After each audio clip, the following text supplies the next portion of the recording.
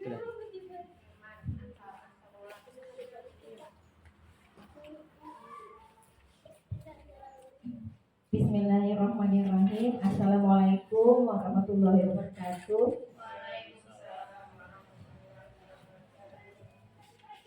Terima kasih kepada Bapak Ibu yang bersedia meluangkan waktu untuk ulun sebagai calon guru penggerak untuk memenuhi salah satu tugas yang ditugaskan oleh tugas guru penggerak, yakni pada modul 1.4, yaitu tentang budaya positif. Di sini kami harus dituntut untuk mengimbaskan apa yang kami dapat pada modul 1.4 ini, yaitu budaya positif. Mudah-mudahan nanti apa yang saya sampaikan dapat bermanfaat bagi kita semua. Sebelum ulun memulai paparannya, alangkah baiknya kita berdoa dahulu. Berdoa dengan saya masing-masing.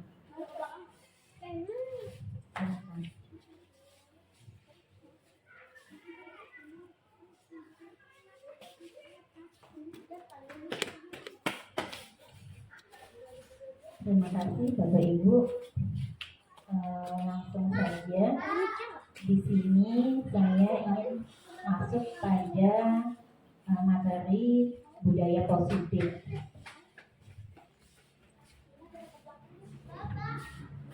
Jadi Bapak Ibu, pada kurikulum Merdeka itu ada yang namanya perubahan paradigma pembelajaran.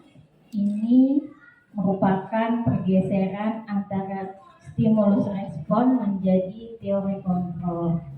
Pembelajaran itu dirancang berdasarkan prinsip pembelajaran yang berpihak kepada murid dan berdiferensiasi, sehingga setiap murid akan belajar sesuai dengan kebutuhan dan tahap perkembangannya untuk menjadi manusia yang bisa meraih keselamatan dan kebahagiaan yang setinggi-tingginya di masa depan nanti.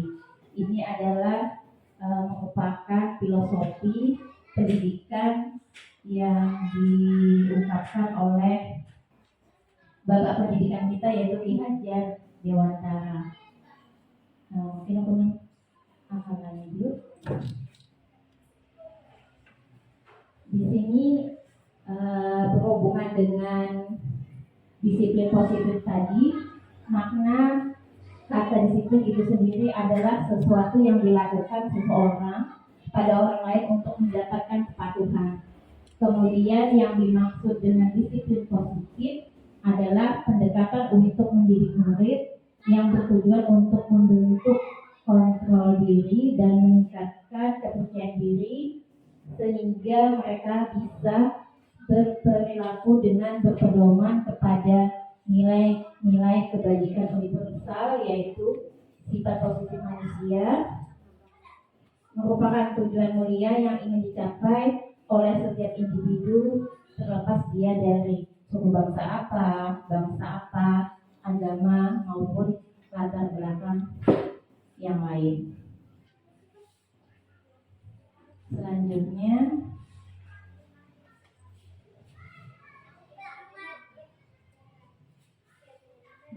setiap perilaku yang salah itu dilakukan oleh murid kita pasti ternyata Bapak Ibu pasti punya motivasi tertentu.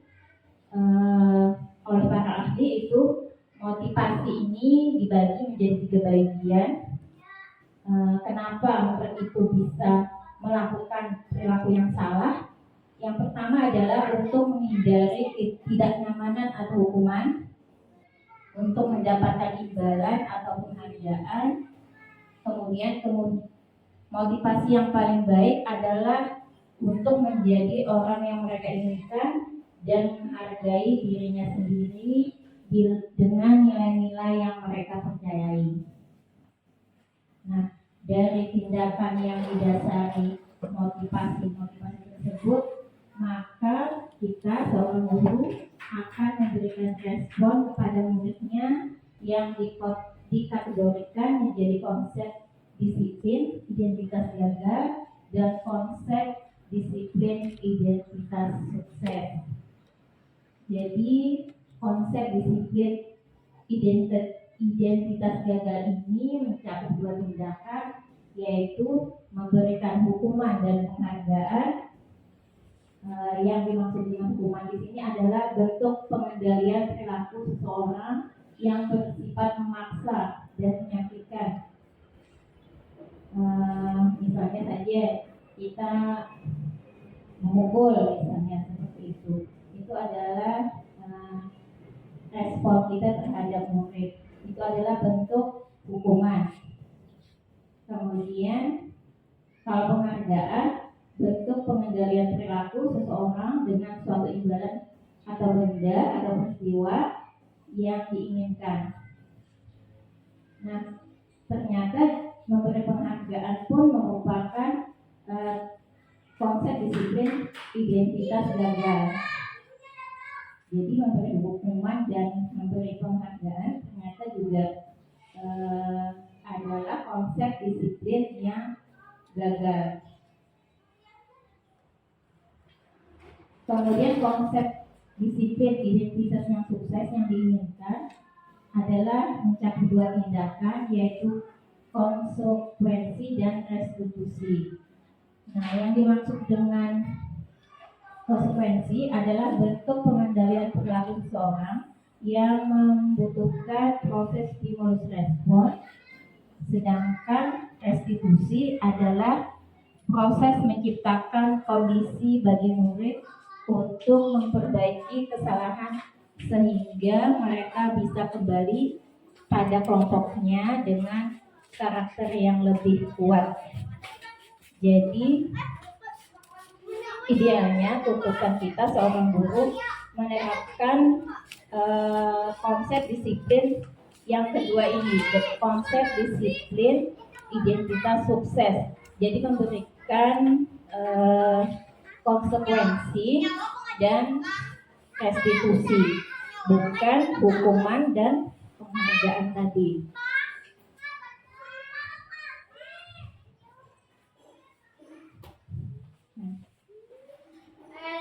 Murid kita mungkin melakukan suatu tindakan tidak disiplin, indisipliner tersebut bisa saja karena kebutuhan dasar mereka belum terpenuhi, sehingga mereka berusaha mencari cara agar bisa terpenuhi.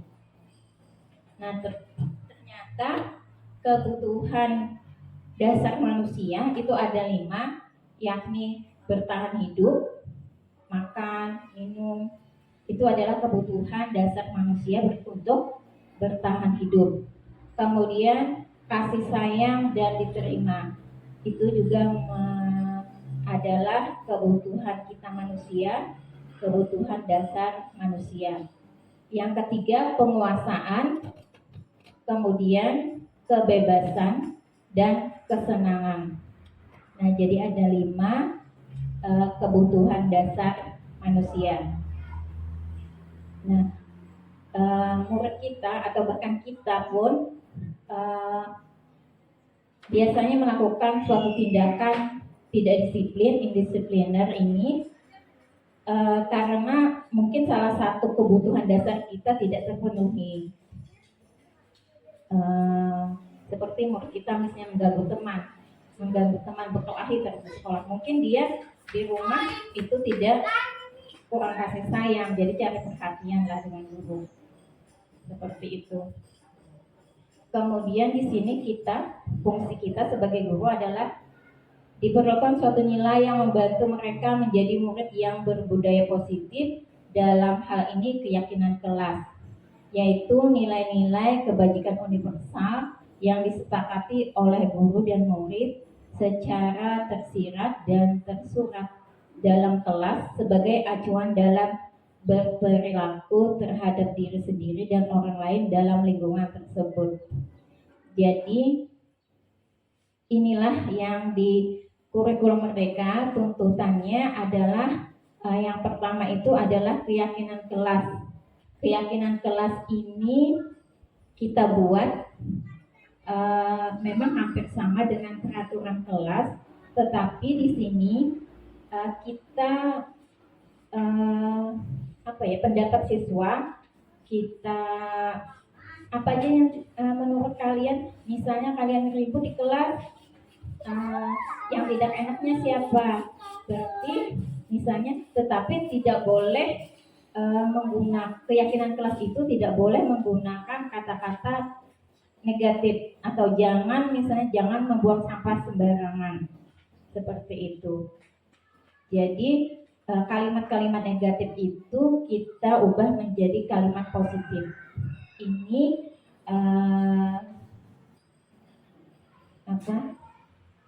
kesepakatan kita dengan murid di kelas misalnya. Jadi seandainya mereka melanggar, apa kesepakatan kelas kita hari ini yang sudah kita sepakati seperti itu, kita kembalikan lagi kepada murid kita. Jadi dia merasa melanggar apa yang dia katakan seperti itu. Memang agak sulit penerapannya memang.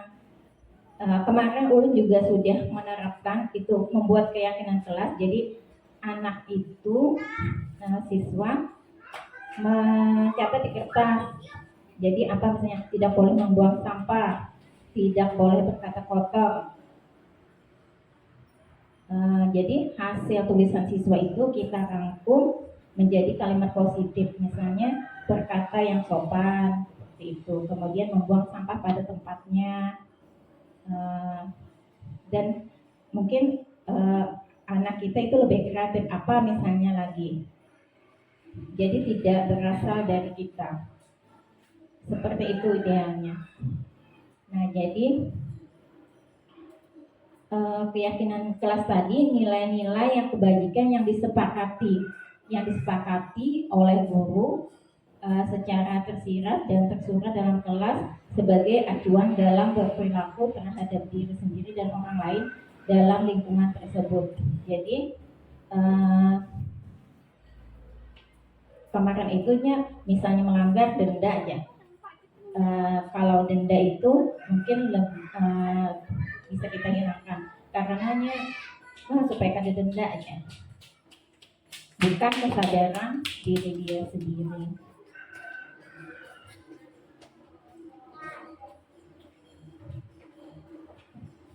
Nah, budaya positif, jadi keyakinan kelas tadi itu merupakan salah satu budaya positif yang dapat kita terapkan di lingkungan kelas ataupun sekolah.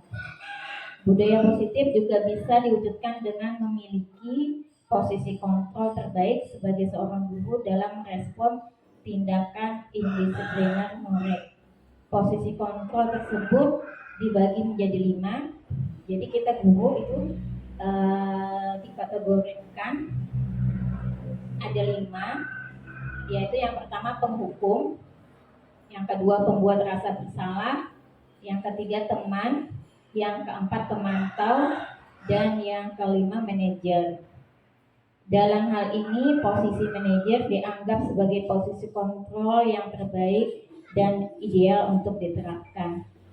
Jadi yang diinginkan itu kita tidak sebagai penghukum, tidak sebagai pembuat merasa bersalah, tidak juga sebagai teman kita dengan murid, tetapi yang paling baik adalah seorang manajer. Manajer di sini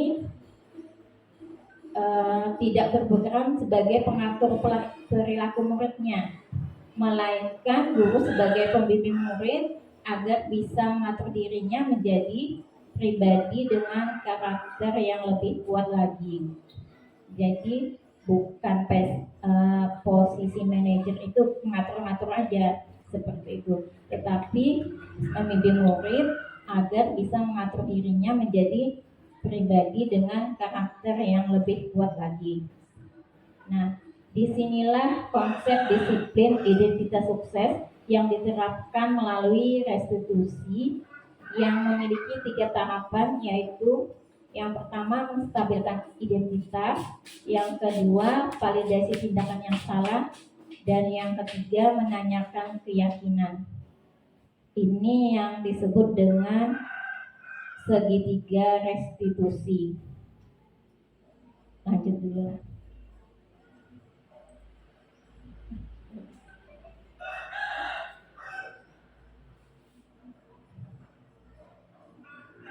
Kemarin ulun disuruh tugasnya membuat segitiga restitusi ini.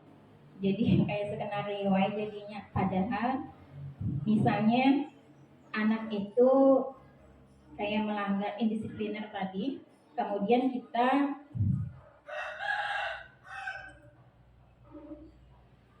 menstabilkan identitasnya dulu. Jangan misalnya idealnya seperti itulah. Jangan misalnya kita marah-marah aja, kenapa ikan tadi? Nah seperti itu. Ternyata kita harus bertindak dengan konsep disiplin identitas sukses ini. Jadi kita menstabilkan identitasnya dulu, ditanyain kenapa, kemudian validasi tindakan salah. Kita menanyai kepada anak, kira-kira yang kamu lakukan itu betul salah. Nah seperti itu, menanyakan dulu. Kemudian menanyakan keyakinan. Kan kita sudah misalnya membuat keyakinan tidak boleh buang sampah sembarangan. Apa alasannya kamu melanggar? Lupa bu, misalnya seperti itu. Jadi ada tiga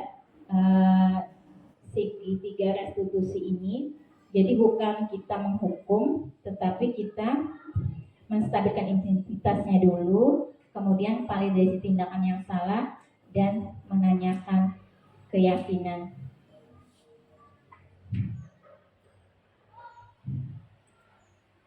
Nah, habis. Untuk kita lebih supaya tidak bosan, ulun ada sebuah kuis.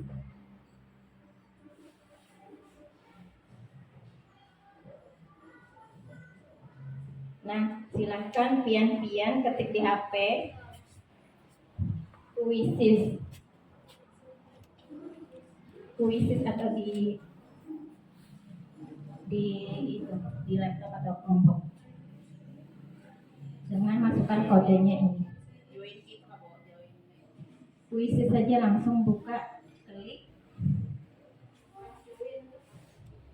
langsung kuisis saja bu, karena ini terbuka Google.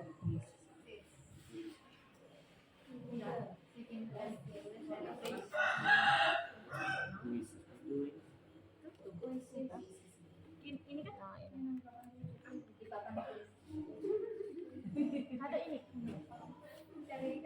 Ya, enter kode kalaunya atau masukkan kodenya itu 173671. Masukkan kode 236. Ada guru masukkan kode 173671.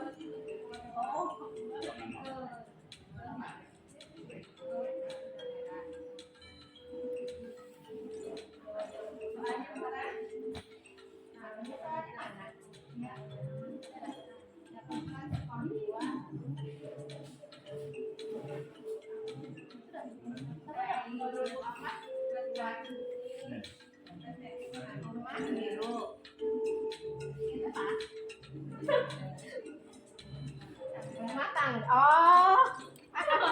Nah,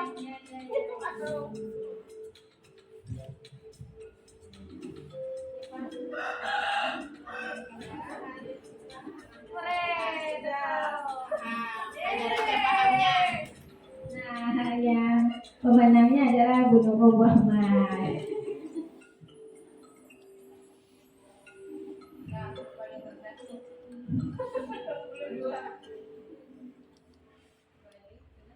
Sudah 4 soal aja.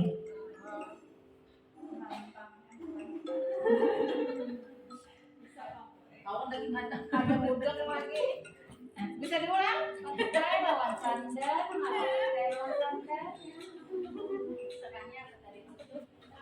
Tenis Anda, tenis Anda. Kami ganti karena aku tidak suku kata.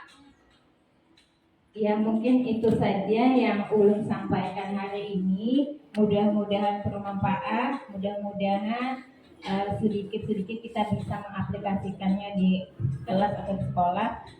Terima kasih. Wabillahi taufiq wal hidayah. Assalamualaikum warahmatullahi wabarakatuh.